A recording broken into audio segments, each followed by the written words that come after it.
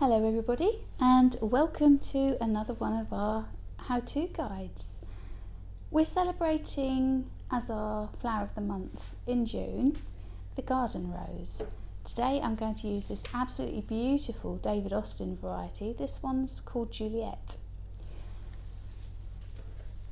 With it being June and festival season is fast approaching, I'm going to create some really simple jam jar arrangements suitable for a festival wedding or suitable for a country garden wedding, teepee wedding, something that's sort of outside, or even if you're having a home barbecue or something like that and you just want to liven up your picnic tables, then something like this would work really well. Ever so simple, something you can do even a couple of days before the event, because the flowers are all still drinking in their jam jars of water. It's almost the same as if you're just conditioning them. So yeah, I hope you enjoy it.